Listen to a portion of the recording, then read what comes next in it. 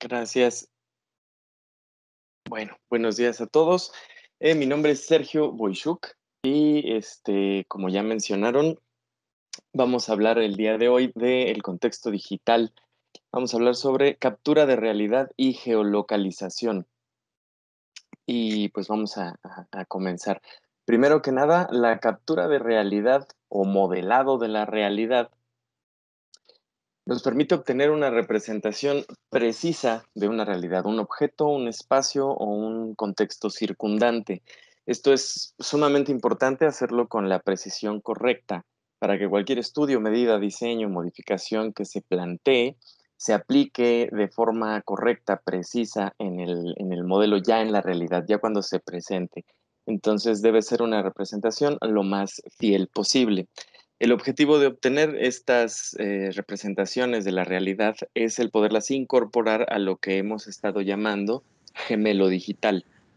Un gemelo digital como tal es la representación digital del activo, pero además de todas las características que lo componen, debe de estar sincronizado a diferentes tipos de información y debe de permitirnos hacerle análisis, hacer previsiones, optimizaciones de rendimiento, es decir, poder manipularlo como si fuera el objeto real, como si fuera la realidad y tener toda la información de esta realidad disponible en todo momento. En cualquier proyecto que hagamos de ingeniería, infraestructura, construcción, el contexto es clave, es una piedra angular. Nos permite saber en dónde estamos parados, cuál es realmente el estado actual de nuestra realidad y sobre de eso podemos hacer ya cualquier tipo de planteamiento, diseño, modificación y propuesta. Y la idea es que constantemente la realidad y nuestro proyecto estén sincronizados para permitirnos hacer un avance eficiente y evitar muchos problemas que pueden costarnos tiempo y dinero sobre la marcha. Y bueno, normalmente lo que hemos estado haciendo, lo que se ha estado haciendo es el medir para modelar, es decir, mandar gente a campo, tomar o inferir medidas de nuestra realidad para tratar de generar un modelo que podamos después utilizar en nuestros diseños. Este método indirecto de captura de la realidad tiene una serie de desventajas, consume mucho tiempo, requiere mucho personal en campo, el uso de diversos instrumentos, acumula errores. Al hacer estas lecturas que deben ser después calculadas, que deben ser después dibujadas, etcétera, pueden ir acumulando pequeños errores del diferente personal que tenga acción en este proceso y, por supuesto, requieren de la confianza en nuestro personal, que aunque no queramos, es algo sumamente importante. Se han dado casos de levantamientos ficticios, en donde el personal realmente no hizo el inventario de los postes, o no capturó bien las calles, o no fue realmente al edificio al que tenía que ir, etcétera. Y por lo tanto es difícil el estar corroborando porque implica constantemente el estar regresando al sitio a verificar los datos. Los avances en la tecnología, los diferentes dispositivos que se han desarrollado tienen la intención de llegar a invertir este proceso y permitirnos modelar para medir. Es decir, nuestro principal esfuerzo en campo es ir con un equipo que nos haga una captura de esta realidad y después este modelo ya nos permite extraer las medidas y extraer toda la información que nos es útil para nuestro proyecto. Para hacer esta captura de los datos, podemos utilizar diversas fuentes. Podemos usar primero escáner láser o podemos usar fotogrametría o captura de fotografías. Y estas pueden ser tomadas de muy diversas fuentes, desde vía satélite, drones, helicópteros, avionetas, en tierra con camionetas o inclusive a pie. Esta información es procesada en servidores o en una nube o incluso en el sitio, en las computadoras, y nos permite obtener un modelo correcto. Es muy importante Cuando nosotros nos planteamos cuál es nuestro proyecto o cuál es el objetivo de nuestro modelado de realidad, el que definamos y acotemos perfectamente cuál de estos instrumentos vamos a utilizar. Ahorita más adelante vamos a hablar un poquito de cada uno. Y dependiendo del equipo con el que contemos y sobre todo dependiendo del resultado que queramos obtener, disponer de o desplegar estos diferentes instrumentos nos va a permitir hacer una obtención de información dependiendo de la resolución que queramos obtener o el detalle que queramos tener. Entonces, cuando nosotros empezamos a plantearnos el hacer una captura de realidad, es bien importante definir hasta dónde queremos llegar y para qué la queremos utilizar, y dependiendo de eso, decidiremos cuál será el instrumento correcto. Un ejemplo, si nos interesa modelar ciudades para tener información rápida de los edificios, pero no queremos mucho detalle del contexto de la fachada a nivel de piso, no queremos mucha resolución, solo los volúmenes rápidos de los edificios. La información de satélite puede ser una opción muy rápida, aunque a veces un poco costosa. En cambio, si desplegáramos drones, sería un alcance mucho más detallado, podríamos tener información de mayor resolución a nivel de imágenes, pero esto implicaría un gasto de tiempo y la necesidad de tener otro tipo de equipos como puntos de control en tierra, o complementar la información haciendo capturas a nivel de fachada, a nivel de calle.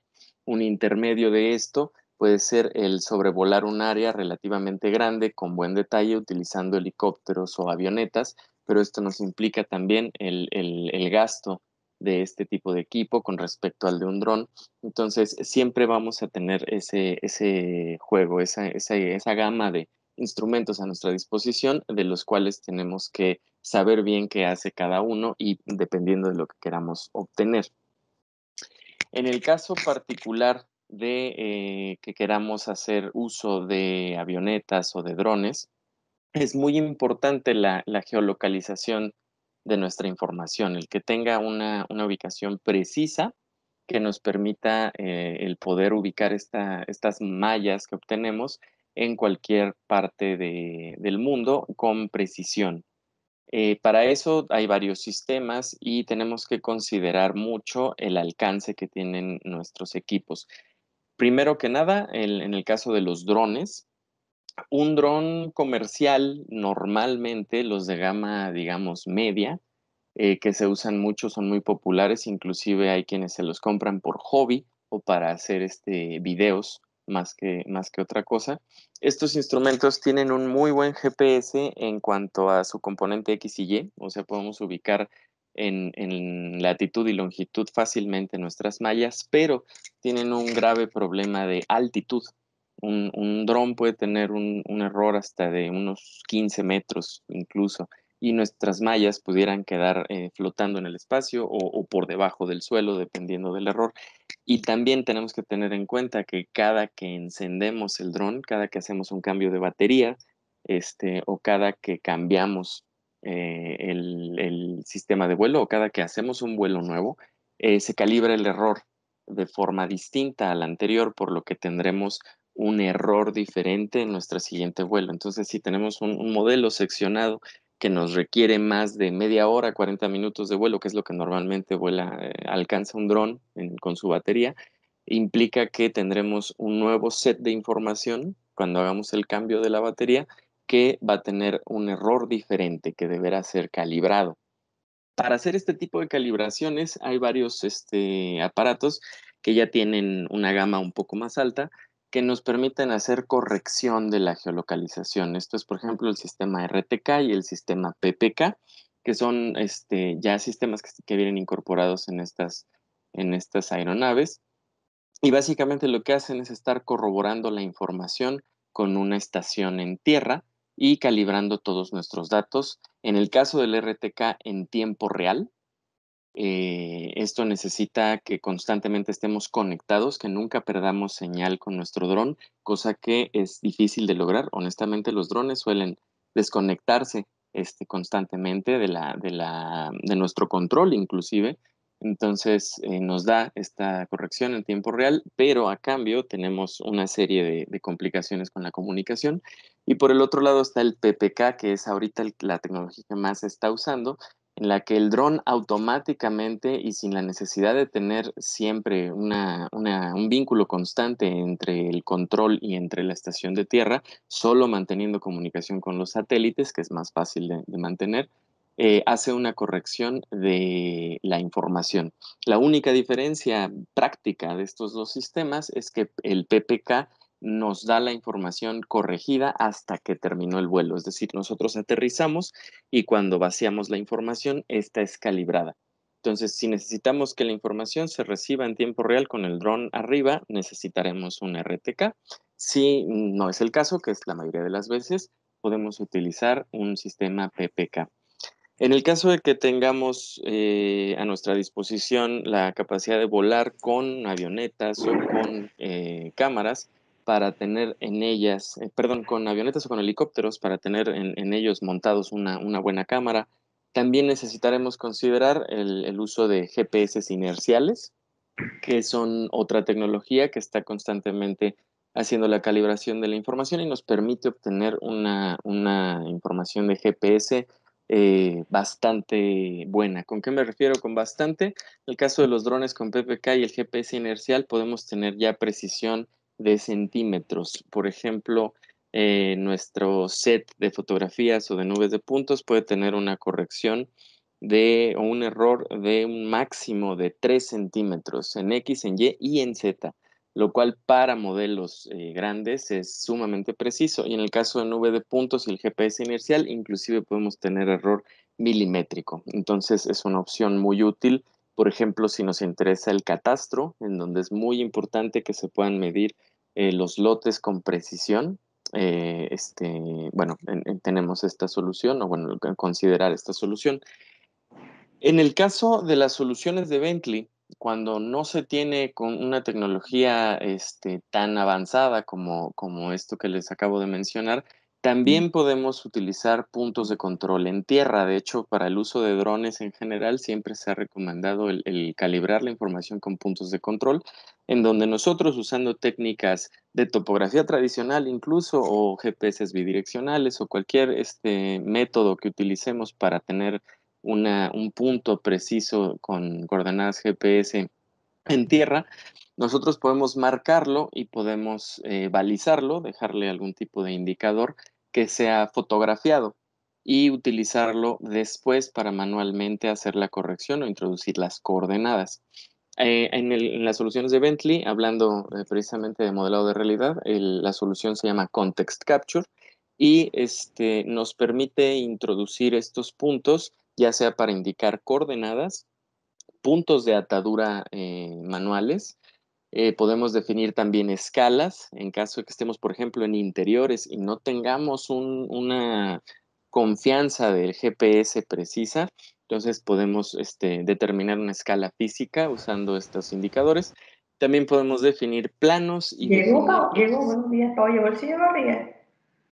Bueno, eh, No, me también dice la hija que ya en llegó. Context Capture tenemos la capacidad de Bueno, generar nuestros bueno, propios qué pendiente, pues. códigos QR, que estos, una vez generados, son impresos, colocados en el sitio, ya sea en una lona o pegados en la pared si se trata de un interior, y el software inmediatamente cuando los vea, los va a leer, identificar y marcar. Esto nos puede ahorrar muchísimo tiempo en cuanto a procesar la información y podemos definir desde antes las coordenadas o dejar el punto marcado para posteriormente introducir las coordenadas. Dependiendo del alcance que tengan nuestros equipos, el software nos permite tres modelos o tres variedades de códigos QR. El primero es de corto alcance, principalmente es para interiores. Tiene una resolución mínima de 150 píxeles, es decir, para que realmente el software lo entienda, la fotografía debe permitir que el QR tenga como mínimo 150 píxeles en la foto. Y a este código podemos ponerle cualquiera de los cinco indicadores que les mencioné: coordenada, punto de atadura, escala, plano o eje. Principalmente se utiliza en interiores y es extremadamente útil para sobrellevar una serie de limitantes que tiene el modelado de realidad con fotogrametría en interiores. Ahorita platicamos un poquito más de eso. Para exteriores tenemos dos, el Chili Tag y el April Tag, que únicamente nos sirven para marcar puntos de atadura que después pueden ser convertidos en puntos de control y tienen un tamaño de 60 píxeles y de 35 píxeles. ¿Qué quiere decir eso? Que con que 35 píxeles de nuestra fotografía sea el tamaño de nuestro tag, es suficiente para que el software lo entienda. Esto nos permite volar a cerca de 100 metros con un dron de una gama media, con unos 20 megapíxeles, y garantizarnos que nuestra etiqueta o nuestro punto de control será leído correctamente. Entonces, puedo también optar por este tipo de herramientas.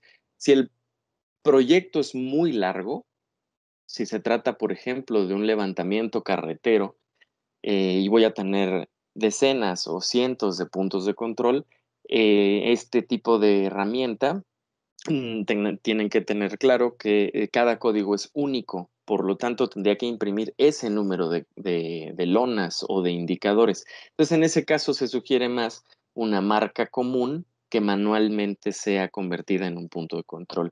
Pero el software nos permite entonces lidiar con una posible falta de tecnología o con una limitante de equipo, permitiéndonos obtener las medidas de geolocalización de forma tradicional y transportarlas al software. Lo siguiente que vamos a ver es qué es lo que necesito obtener. Saben ustedes o sabrán que puedo hacer fotogrametría, o sea, tomar fotografías con los drones y demás, o puedo con un escáner láser tomar una nube de puntos. Es muy importante siempre definir qué es lo que quiero y para qué me sirve cada cosa. Primero veamos las nubes de puntos. Las nubes de puntos son algo que está ya muy metido en la industria, tiene más tiempo incluso que una fotogrametría de buena calidad, asistida por computadora, claro, y tiene una serie de ventajas. Tiene una altísima precisión geométrica. Incluso los análisis que hagamos nos pueden servir para hacer este análisis estructural de nuestras superficies o de nuestros volúmenes.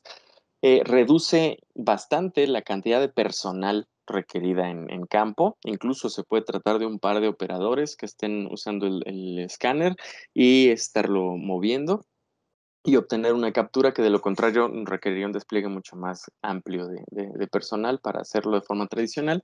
Es excelente para interiores y espacios reducidos. Si yo estoy documentando una mina, una alcantarilla, un interior, una nave industrial, normalmente es la tecnología más recurrente, el escaneo láser.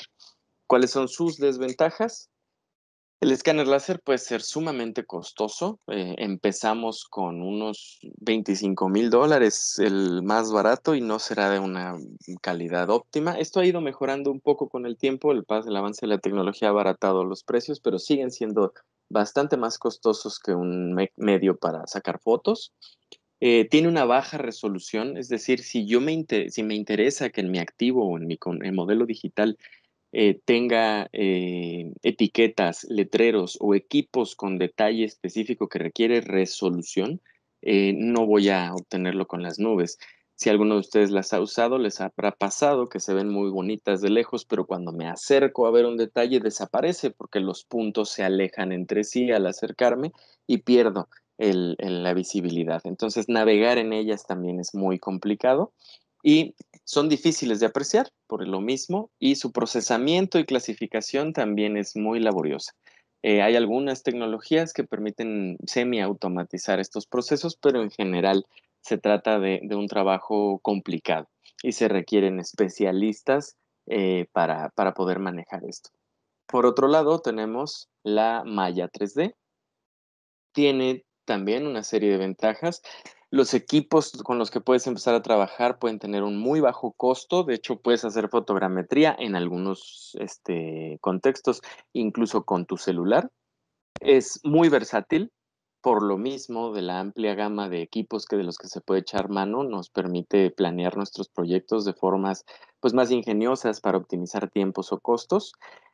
Tiene un altísimo nivel de detalle gráfico. Yo puedo tener un modelo entero de una ciudad y acercarme, hacer zoom y poder ver las etiquetas de un equipo, letreros en las calles o los contextos de las fachadas, leer los números de las casas. Es decir, si yo hago la captura fotográfica de esa información, puedo tener el acceso a eso y poder leer a detalle los modelos. Las desventajas que tiene, es difícil aplicar interiores. En interiores, la fotogrametría siempre ha tenido dos grandes enemigos, los objetos en movimiento y los cambios drásticos de luz. Cuando yo estoy en un interior, el mismo hecho de que yo entre a ese interior puede generar sombras que van a estar alterando la luminosidad y van a ir variando conforme saque las fotos. Es muy difícil tener una iluminación constante conforme me muevo en un interior. Superficies que se mueven, líquidos, cuerpos de agua, ventanas que también tienen objetos muy reflejantes. Todo esto va a ser un problema a la hora de hacer un estudio fotogramétrico, porque el análisis del píxel por píxel que se hace en una foto, conforme cambias entre varias fotos a lo largo de recorrer un modelo, debe de tener un color dentro de un rango igual. Entonces, si de pronto hay una sombra y de pronto hay un brillo, el software puede intuir que se trata de un volumen y nos genera ciertas alteraciones. La precisión geométrica en cuanto a las superficies es mucho mejor con el láser. El láser es un método completamente directo. El láser choca en la superficie, regresa al sensor y nos dice la distancia. En cambio, el análisis fotogramétrico, como les mencioné, es un análisis que infiere la distancia a la que estamos del objeto, haciendo un análisis de los píxeles en la foto.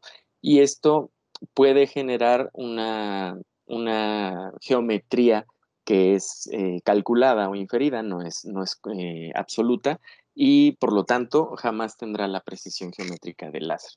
Entonces tengo que tener eso en cuenta dependiendo para lo que quiero mi modelo, saber qué es lo que voy a requerir. Y como les mencionaba, requiere una iluminación constante, cosa que en una alcantarilla o en algún túnel, una mina, será necesario hacerlo de forma artificial y puede ser difícil. No es imposible.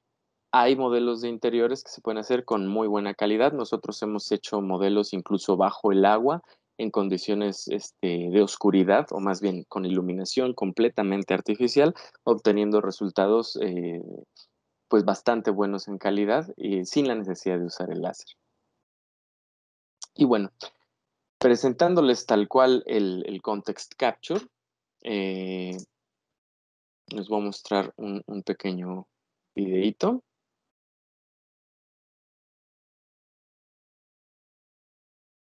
Ahí está.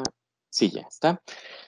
Básicamente, una vez que yo tengo mi captura fotográfica, yo puedo alimentar el software con estas fotografías.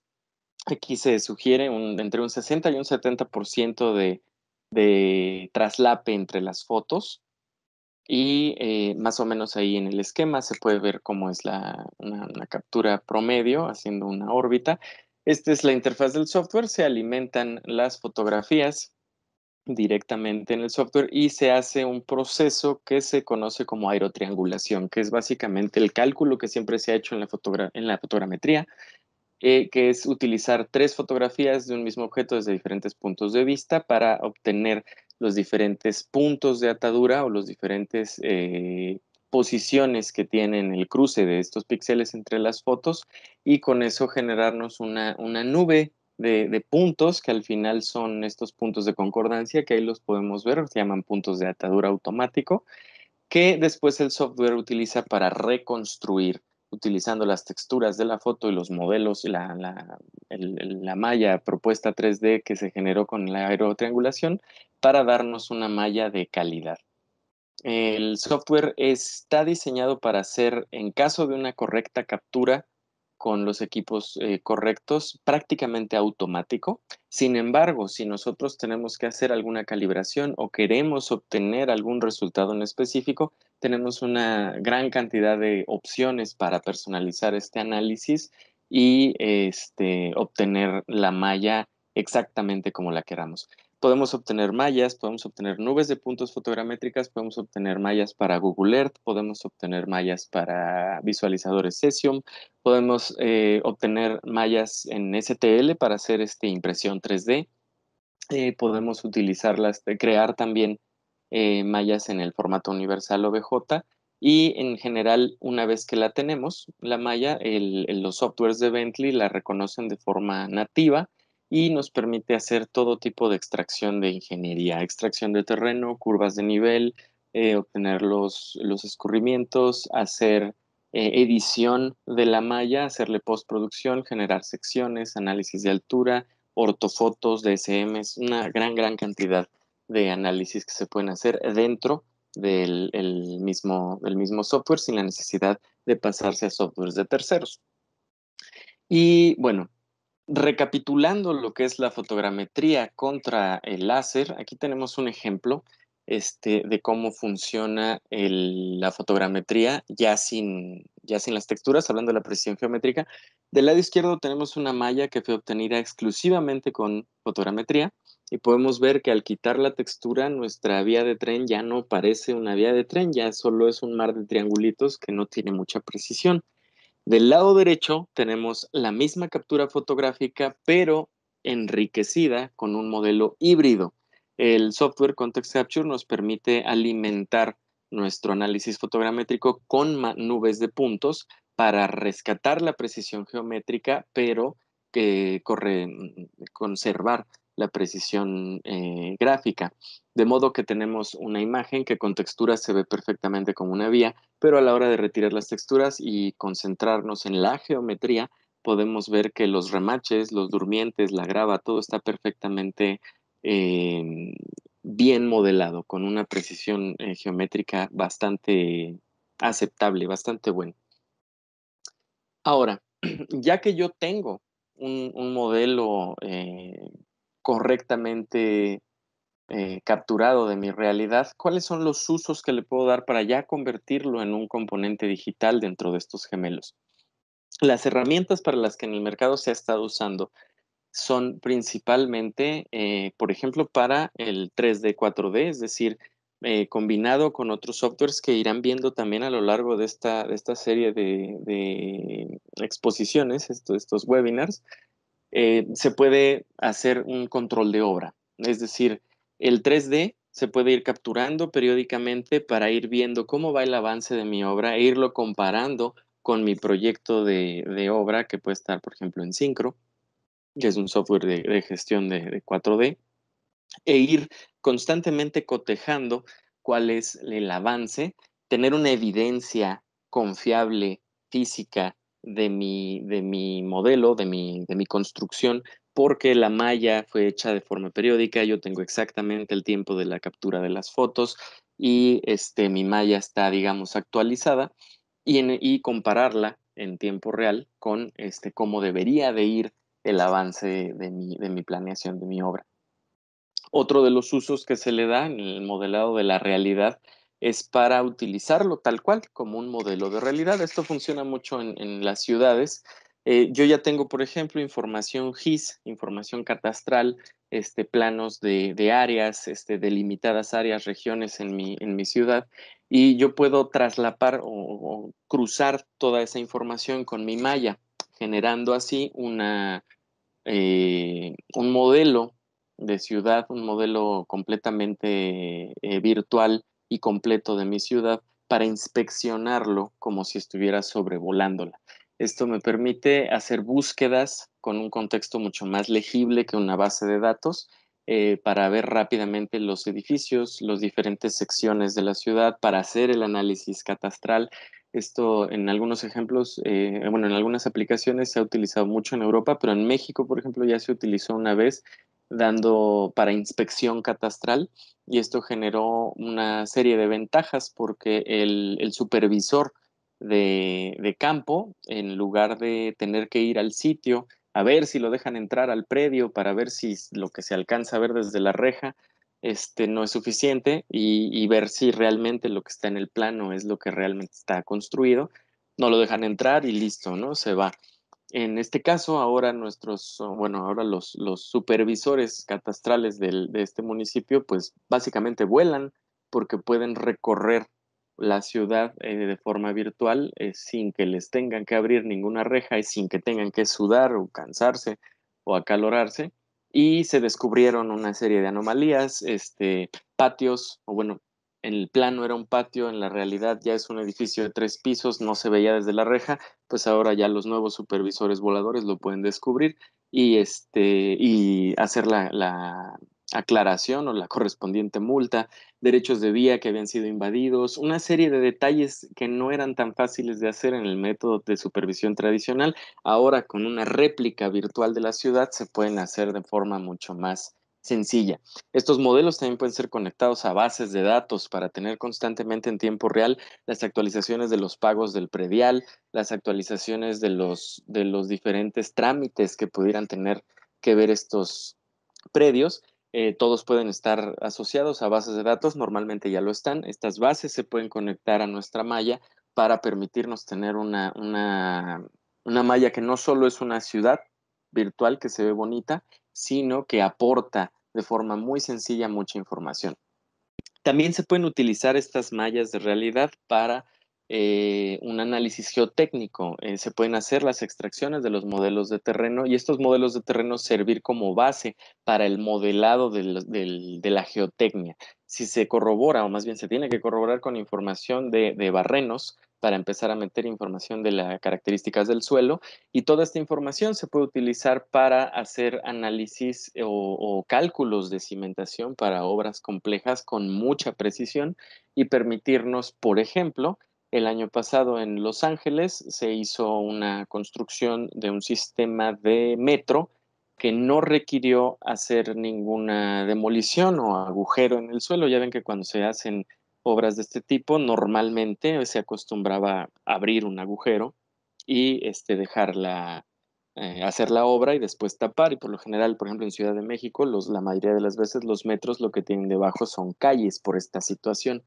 En el caso de Los Ángeles, no se podía hacer eso, ya estaba todo lleno de edificios y se hizo utilizando las herramientas de Bentley, tanto de modelado de realidad como de modelado de cimientos, que es Plaxis.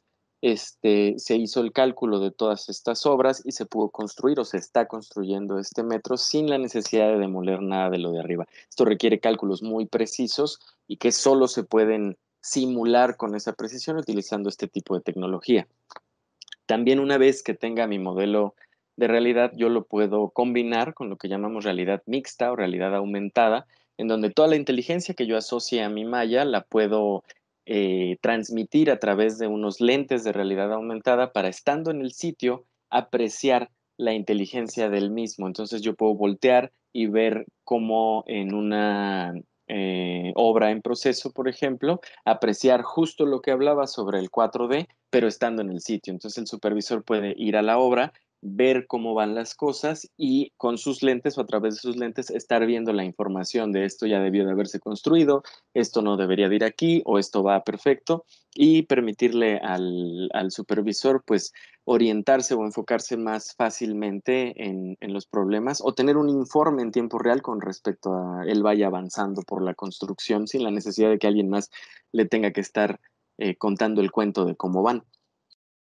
También otra aplicación es conectar la malla al Internet de las cosas, es decir, estas mallas o estos gemelos digitales pueden ir conectados a sensores que nos permiten estar leyendo la información, como lo que les mencionaba de la base de datos, pero en este caso directamente de los sensores. Esto nos puede servir para monitorear algunos activos que sean delicados o que tengan cuestiones de seguridad, o en general para poder estar recibiendo información en tiempo real de nuestro activo, y esta información verla reflejada en un entorno o en un contexto realista para una toma de decisiones más rápida. Por ejemplo, si estoy monitoreando los sensores de una presa de jales, este, me importa mucho que no se deslaven en ningún momento, que no se derrumben. Estoy monitoreando constantemente estos sensores. Y en las alarmas, en el sistema de alarmas, en lugar de yo ver que el sensor 5 mostró una alerta y tener que saber dónde está el sensor 5 o tener que verlo en un mapa, puedo verlo directamente en una malla de realidad en 3D y en algunos casos esto puede ahorrarme valiosos momentos para tener un tiempo de reacción más adecuado. Y por último, asociarlo a inteligencias artificiales.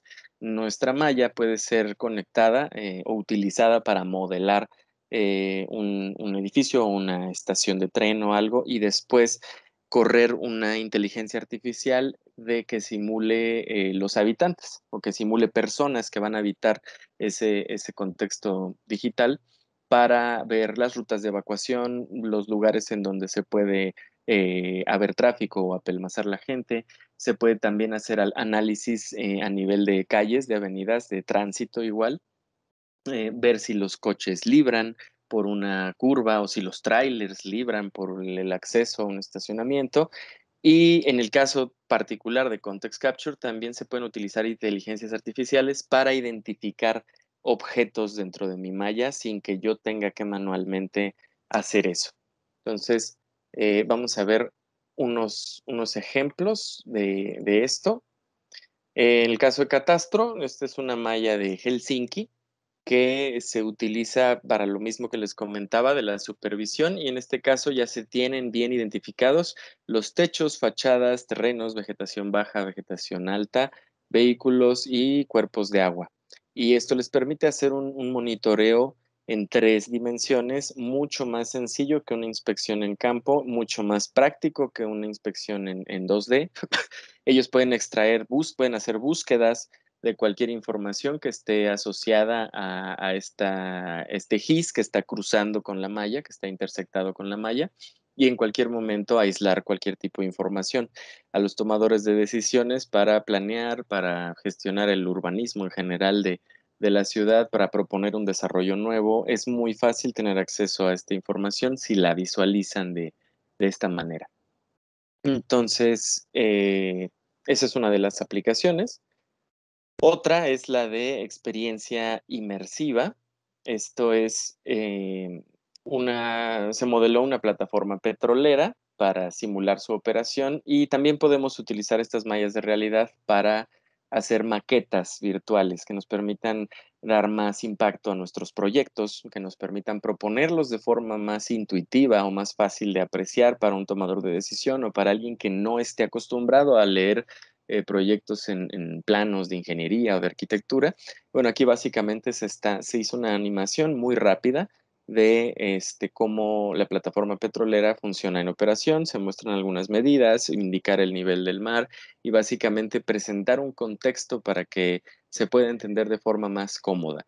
Esto también nos puede servir en cuestión de turismo, se pueden generar modelos para hacer visitas virtuales de ruinas arqueológicas, de museos. También se puede utilizar para capturar lugares que necesitamos supervisar o monitorear constantemente, pero que son de difícil acceso. Aquí en México, por ejemplo, los hemos utilizado para hacer mallas de realidad de piezas arqueológicas que están bajo el agua, que no es posible removerlas de donde están, de hecho es ilegal, y para que los arqueólogos puedan estudiarlas y para que en general el público las pueda conocer, se ven de forma virtual, en representaciones virtuales, y entonces se presentan en estos contextos de realidad, de experiencia inmersiva, para fines educativos, de turismo o simplemente para presentar de forma adecuada un proyecto. También este tipo de simulaciones nos permiten hacer estudios, análisis de iluminación, ver si nuestro proyecto que estamos haciendo, un edificio, podemos ver en los diferentes niveles del edificio qué partes de la ciudad se ven, cómo es el paisaje desde cada ventana, y también qué sombras van a proyectar sobre a qué edificios van a afectar y este tipo de estudios que también se hacen en arquitectura y que nos permiten o se nos permite hacer fácilmente utilizando estas herramientas para maquetar en nuestras mallas y combinarlas con nuestros modelos propuestos. En cuanto a zonas inaccesibles, esto es un estudio que se hace de una grieta. se tienen que dar soluciones a esa grieta, pero la grieta está abajo del mar. Entonces, para facilitar el acceso de los tomadores de decisión, lo que se hizo fue sacar una captura de realidad. Se generó una malla tridimensional de la grieta y esto permite hacer análisis básicos, tomas de medidas y en general que en una sala de juntas puedan estar viendo cómo lo van a resolver y en caso de cualquier duda o necesidad de alguna medida o de volver a ver el modelo o a apreciar el contexto, no es necesario que todos los tomadores de decisiones bajen y se echen un clavado al mar, sino que pueden sacar ese pedazo y verlo en una representación mucho más cómoda. Hablando de Context Capture Insights, que es justo lo que les mencionaba de la identificación automática de elementos, básicamente es una inteligencia artificial que viene incluida en Context Capture que nos permite enseñarle y generar, entrenar detectores. Yo en mis fotos voy poco a poco diciéndole qué es el objeto que está viendo. En este caso, esto que estás viendo es una antena y en todas estas fotos aparece esta antena, tiene este modelo y esta metadata. Aquí, por ejemplo, le enseñaron a distinguir motocicletas. Entonces, también puedes solo distinguir vehículos, pero poco a poco lo puedes ir entrenando para que ya no solo distinga vehículos, sino también motocicletas, carros, camionetas.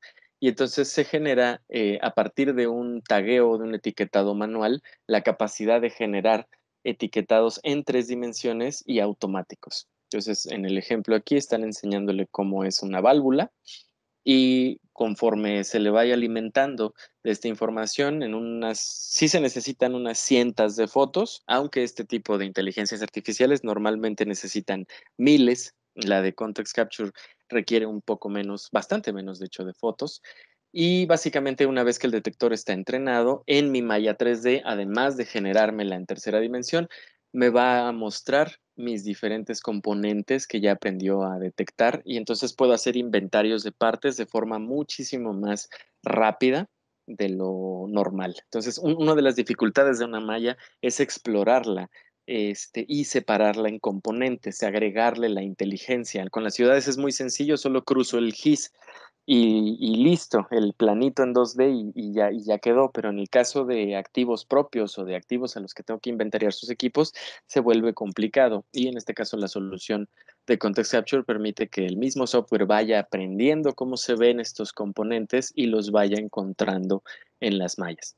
El principal uso que se le ha dado a esto es en torres de telecomunicación para hacer el inventario de las antenas, hacer un modelado rápido, una identificación rápida de los equipos y poderlos analizar o inspeccionar de forma mucho más ágil. Y bueno, básicamente esos son algunos de los principales usos de esta tecnología, algunas de las formas en las que se puede obtener y pues si nos queda tiempo, con gusto podemos ir habiendo dudas en caso de que tengan y pues de entrada muchas gracias por su atención. Muchas gracias a